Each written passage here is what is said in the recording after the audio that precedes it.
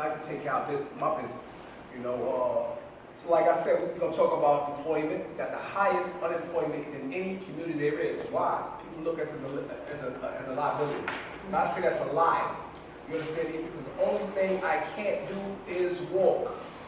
That's it. Housing. You can't get employment. It's hard for you to get housing. So with this is why the shelters are full, nursing homes are full, because people look at us, it put us at a limit. So I'm gonna turn it over to Gold. My name is Kareem Nelson, family executive director of wheelchair things done. The biggest issue that I'm going through is housing. Pretty much not so much employment because we've made our own way with the employment. We provided jobs for ourselves. So we don't look to. So now what we want to do is take what we're doing, just spread it to other brothers that's disabled. And excuse me. What I went through when I first came home from an unfortunate situation, I was living in a building with 4 steps in front. And those 4 steps was hell. I mean, he'll tell you that every time I went home, I had to literally sit in front of my building. And like he said, people just see the wheelchair. But this time when they see the wheelchair, I really needed the help because I didn't really need to get my building. So it's time, I move around a lot. So I come in late nights at the hour. So it'll be some times I sit in front of the building, whether it's snowing, whether they're shooting out there. I have to sit there and I have to wait for somebody to pick me up and take me in the building just up before a flight. And then once I get to my apartment, just to get clean and everything, I have to get on the floor, transfer, and get to another. And it took me 4 years to get out of this situation. And a lot of the problems that we met with the disability income. It's like a scam with the lottery system because they want you to make $26,000 minimum to get in. But people that look like us and are not fortunate enough to put themselves in a position of employment, they have to rely on $826 a month, and that's times 12, so that's like $9,990. So we fall far under the income requirement budget, but we're disabled. So this is overlooked, and this is something that we need to address, and this is something that we're trying to do. And just getting looked at as regular people. We just can't walk. That's it. Everything else, it might take us a little bit more time to get it done, but it's going to get done. And that should be the moral of the story, just to get the things done, right? My name is Kareem. My name is Garrison Rad. I'm the Assistant Director at Inclusion. I have a bachelor's in finance from York College. I graduated with a 3.36 GPA. And one of the main hardships about disabilities is finding employment. A lot of people don't know that 70% of the individuals that are disabled in this country is unemployed, and we fall well below the median income under the poverty rate. So that's what we're here trying to change at Inclusion. We're trying to connect employers to individuals that are suitable to be employed. Like, as for me, I had a great deal of hardship when people seen me, like when I came to interviews and seen me in a wheelchair, they discriminated automatically when I have the same qualifications as an able-bodied individual within my same working age group. So here at Inclusion, we're trying to bridge the gap. Also, we're looking into housing because disabled individuals aren't afforded with adequate housing these days. So that's, like he said, it's increasing the homelessness, and we got to try to combat that. So today we're trying to just give you a little bit of insight on how to deal with individuals with disabilities and what some of the accommodations that are suitable for them.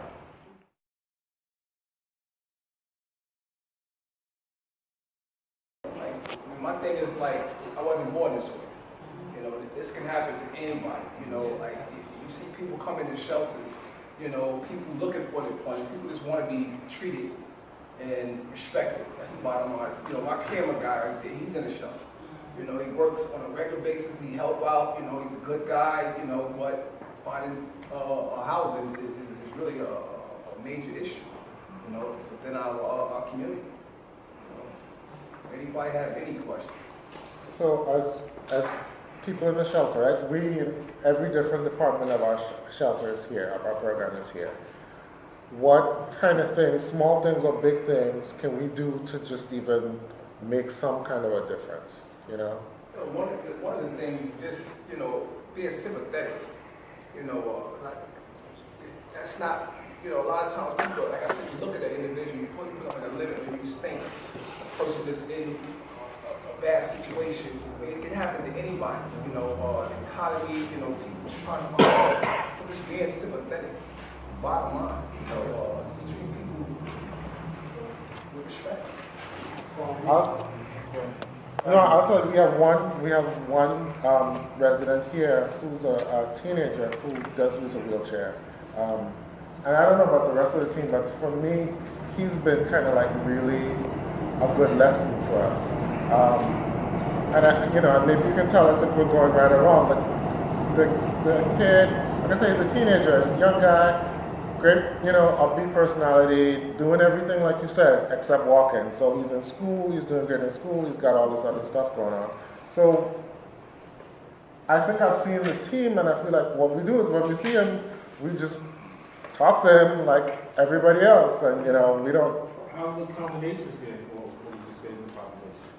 So we have some accommodation. Our first floor, because we're a three-floor building, so on the first floor, that's accessible. There are no steps anywhere from, as you guys saw, coming in from the front, going to any of the units on the first floor. No steps.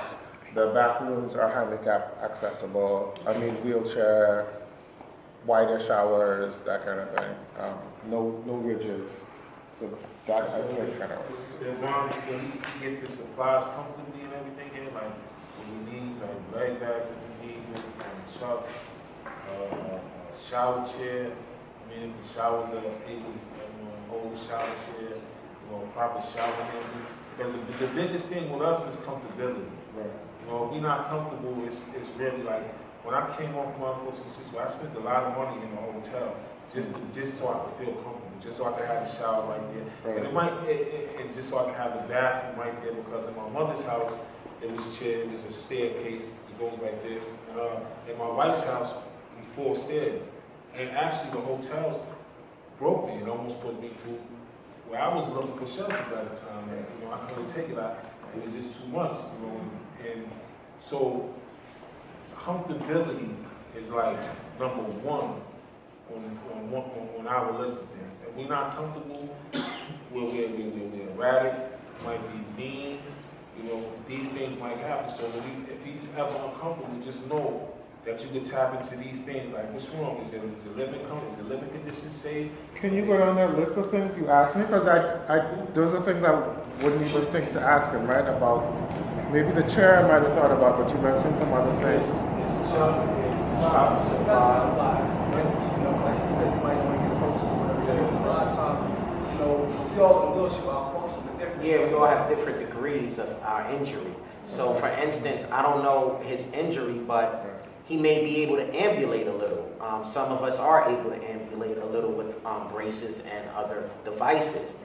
So you can inquire, like say if he wants to stand if he's able to stand, he may want to be able to stand it for a few moments out the day and things of that nature. So kind of leave it an open-ended question kind of thing, right? Don't make assumptions, just ask. Assumptions. Okay, ask what? Okay. And there's different degrees of accessibility also. Like a lot of times people deem bathrooms as accessible because they just have the rails, but the doorways have to be widened. The toilet bowl has to be a little bit lower or higher depending on, the accessibility accommodation that's needed. So I just want y'all to keep that in mind as well. Things you could, pick up on when individuals do come in. Yeah, he's my client actually, so I work with him a lot. I'm his social worker, his client care coordinator. And he says he doesn't have an issue with the unit or the bathroom, but I also sometimes think maybe he's just not, expecting more, you know what I mean? Like, yeah, a lot of times individuals that are disabled do tend to, want to be accommodated in normal quarters like everybody else. They don't want any changes to be made for them. So sometimes if you ask an open-ended question, he might interject and say, oh yeah, maybe that would be beneficial for me. So it's something to consider. It is a very tight unit. Like just coming in and out of the unit. Like I usually have to see him in his unit, just depending on this room or accessibility in the first floor, because we're in the second floor and it's he can't come to see us. So, but yeah, it's really tight. Like he has to just go in and forward and back. There's no way of like really turning in there.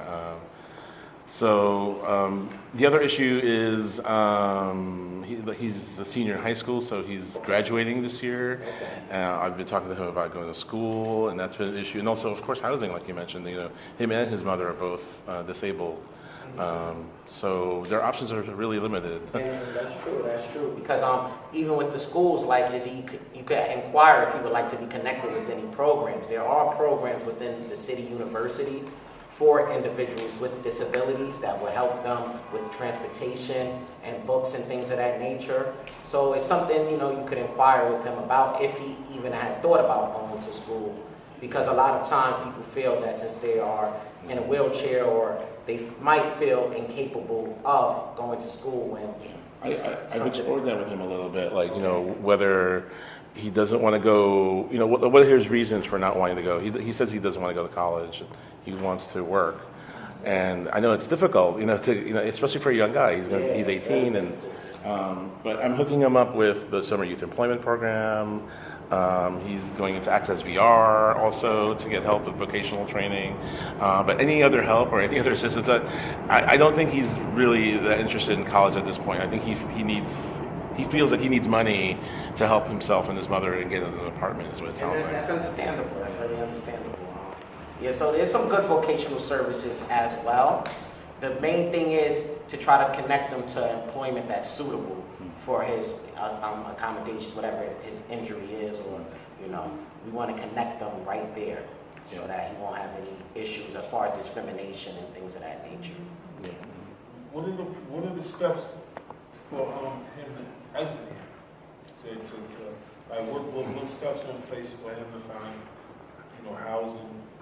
Things of that nature. For him and his mother, they're both the same. It's a big barrier because his mother only speaks English. Spanish, and he's 18 and he doesn't know much about looking for an apartment or things like that. But a lot of it is he has to do it because he's of age now and he speaks English. So so he knows about a couple of things. Like I'm helping him with the housing lottery, which I know can also cater to people who are disabled.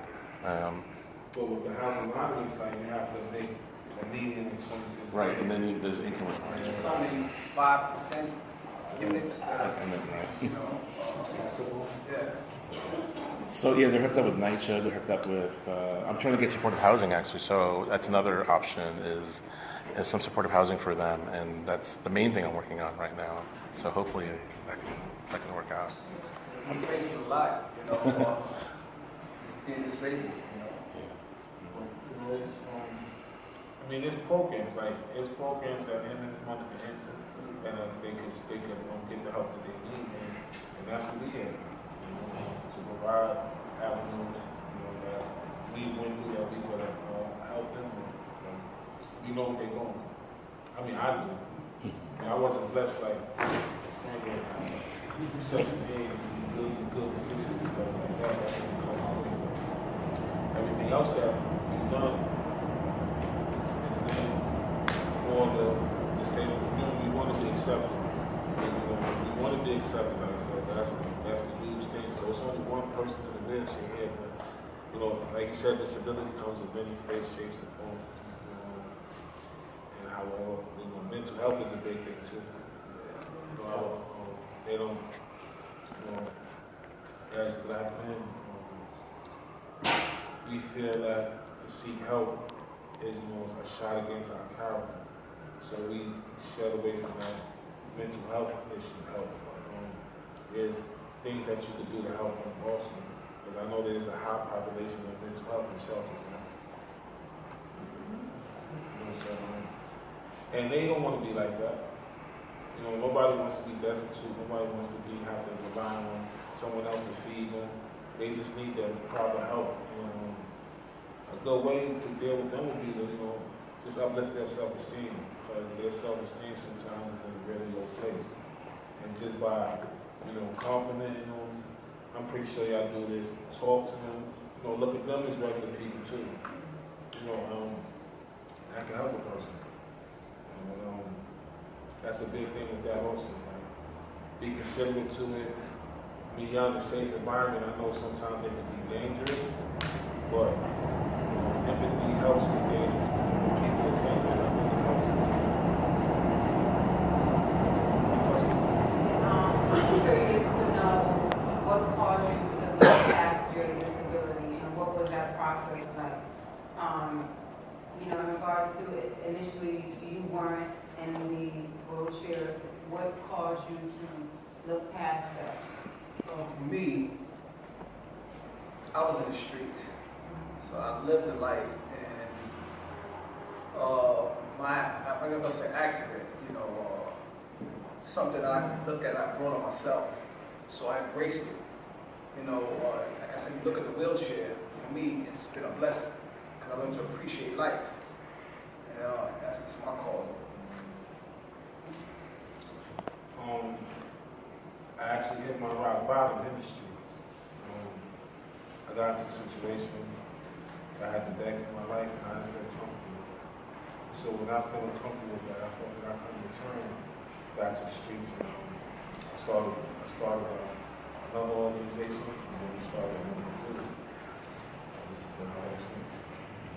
Me, I got injured. I played football for James Madison High School, and on a random night I got shot in my back. And it was just like that. But then I knew that I was here for a reason. I mean, the man doesn't make mistakes. So from there, I felt that it was a need for me to advocate against disabled rights. So I went through schooling. I didn't receive much help except from the support of my parents and everything. But I was fortunate that I didn't need much help other than that. And I started observing how the schools and other public facilities isn't really accessible for the average disabled individual, especially one that uses a wheelchair. And then I thought past me, because I'm a paraplegic, so I have little or no movement past my waist, but then there's quadriplegic individuals who have no movement past their necks in some cases. So then I said they needed a voice. So that's what made me set forth on, working with inclusion and started connecting individuals to different employees and to different resources in order to better their well-being in life. How many years? 24. 12. So it's a lot of years. A lot of experience. A lot of accomplishments also. Because I also compete, like, if the gentleman that's here, I compete in shot put for the Olympics, so I'm training right now.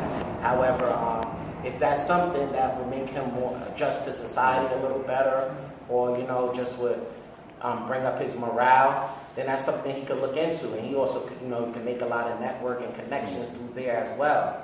So Yeah. that's just something, He actually likes to play sports at his high school. And I actually referred him just like last week to this social exercise club. I think it's called Wheeling. Yeah, that's it. That's the one. Yeah. Yeah, it was through like Wheeling Progress, Wheeling Forward. Yeah. That's it. So he was really. Yeah. He seemed really interested, so I made a referral. I think he wants a little help. Like he was asking whether someone can be there at the club and like show him around. So I think I've managed to do that. Access is a good program for him to start. Yeah, that's good. It's a helpful work out. And Take really, it. those are progress helping the department. I'm trying to get a hold of them. I call them and I leave messages, and I haven't heard anything. It's been months now. George, yeah, George. I just leave a message. I emailed him as well, and haven't been able to do it. But yeah, that's hopefully one path I can get to supportive housing. George is a very busy man. I'll keep trying. I'll keep trying. Do you guys have an image, George? Maybe you could do a little bit. It's not an issue. It's looking for apartments, that are disabled. So that's probably what his issue is. But I'll shoot him an email and tell him that you can give me your information when he can contact. That sounds good. I mean, I know it's personal information, but was the young man entered through gun violence? To violence? Yeah. No, he was born. He was born with a condition. Yeah. Not good. That's better. Mhm. Any more, like, what are some of y'all biggest problems with dealing with the mental health epidemic, demographic? And we already got the wheelchair people out the way, so what are the other problems that y'all having with that y'all are having with the mental health? Good question. I have a quick question. Yes. Unrelated to that, have you driven work with local and state politicians to spread more awareness to your causes? Yeah, we do. Actually, I consult with the mayor's office from time to time, just, advising them of what some of the issues that us disabled individuals are having within the city. I mean, it's a tough battle. It's a tough battle, to say the least. But we making progress. Every day we make a little more progress as far as that. Yeah, actually, Senator Jesse Hamilton is looking to audit the New York Housing Connect process, and I'm helping with that. Because you can't keep putting this stigma on people for $26,000, and we know that. Yeah, median income for that. Imagine being a black man in a wheelchair looking for employment. That's like a double whammy. But it can be done. It can be done. And this is what the organization is. We want to employ people with disabilities. We want them to come work with us and continue the trend.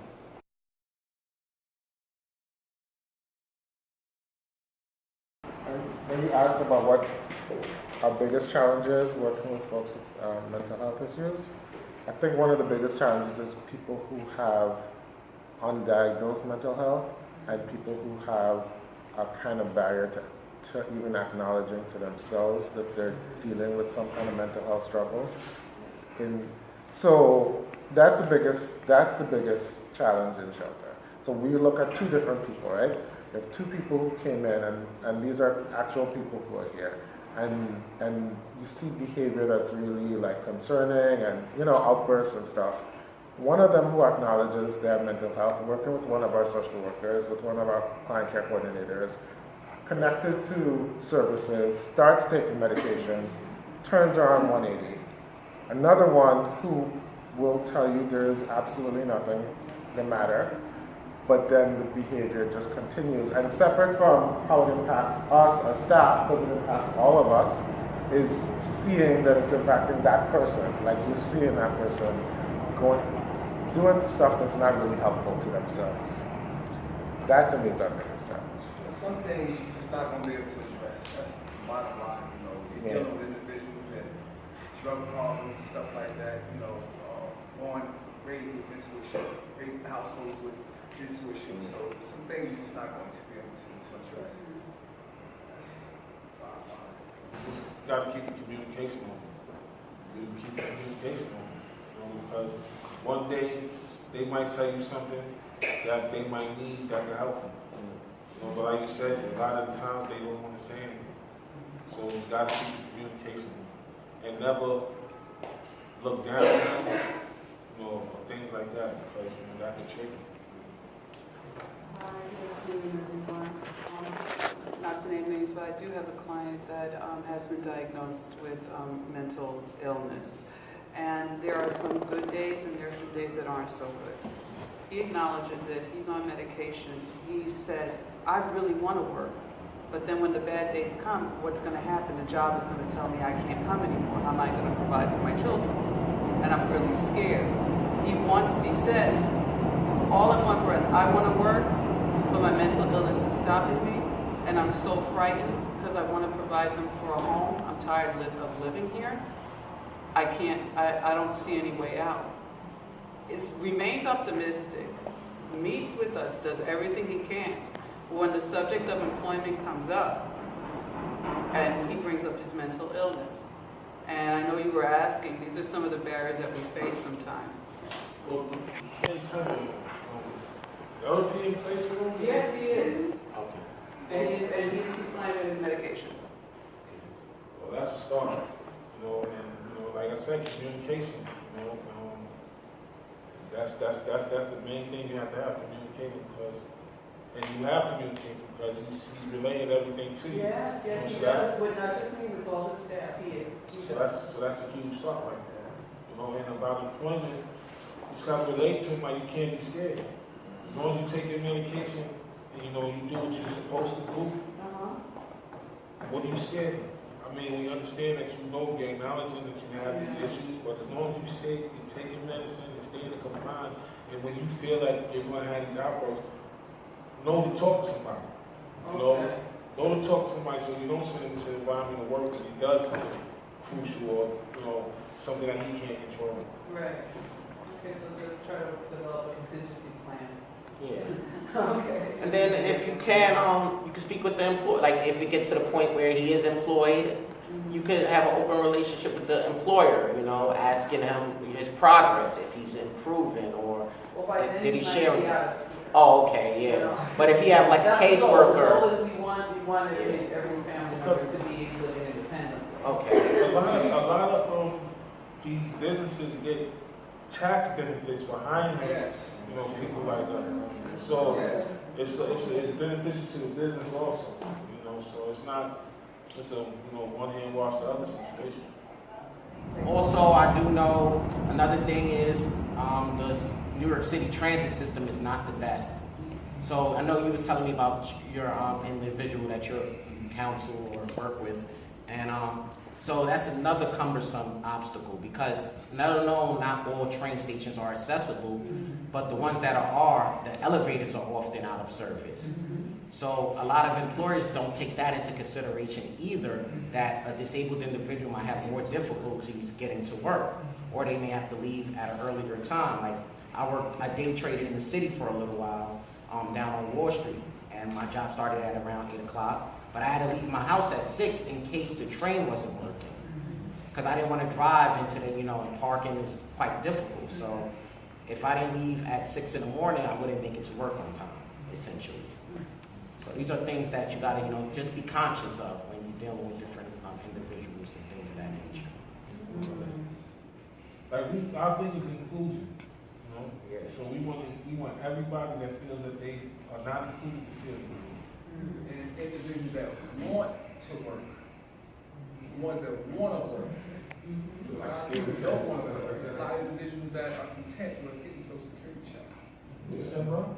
Like you guys do like skill training and like stuff like that? Yes. Okay. Okay. Is it like you guys have any programs for like mothers that may have children like autism and stuff like that? Nothing. Well, not right currently. However, we do have, resources to provide to those individuals, in regards to finding whatever they need, whatever advice they need, or whatever resource they need, because it could differ. And reach out to us, definitely. You got to reach out to us. That's the only way things are going to progress is by communication. We want to thank y'all for allowing us to share with y'all. Thank you.